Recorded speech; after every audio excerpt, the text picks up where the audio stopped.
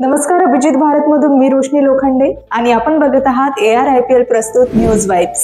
नागपूर शहरातील महत्त्वाकांक्षी multi model transport hub प्रकल्पाला अखेर गती मिळाली आहे।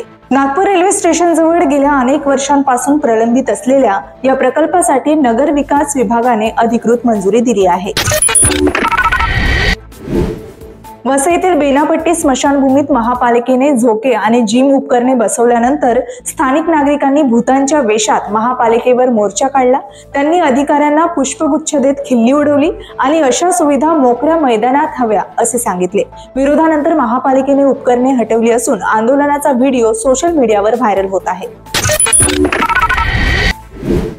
आजपासून 19 किलोच्या कमर्शियल LPG सिलेंडरच्या किमतीत 33 रुपये 50 पैसे इतकी कपात करण्यात आली आहे। दिल्लीमध्ये आता हा सिलेंडर 1631 रुपये 50 पैसे तर मुंबईमध्ये 1616 रुपये 50 पैशांना मिळणार आहे। मात्र 14 किलो घरगुती गॅस सिलेंडरच्या दरात कोणताही बदल करण्यात आलेला नाही। ही कपात फक्त व्यावसायिक सिलेंडरवरच लागू होणार आहे।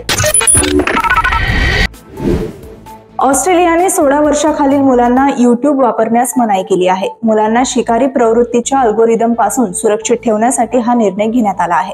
त्यामुळे आता 16 वर्षाखालील मुलांना YouTube वर अकाउंट बनवता येणार नाही।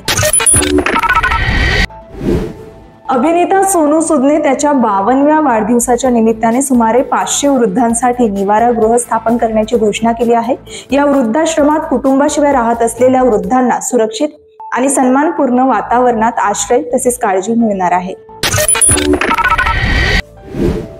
ओव्हल टेस्टमध्ये अवघे 11 धावा करताच शुभमन गिलने इंग्लंड विरुद्धच्या टेस्ट मालिकेत 733 धावा पूर्ण केल्या आहेत। यासह तो एका टेस्ट मालिकेत सर्वाधिक धावा करणारा भारतीय कर्णधार ठरला आहे।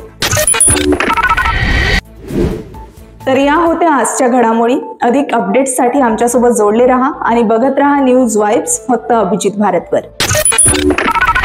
अभिजीत भारत पहुंचे हर खबर तक।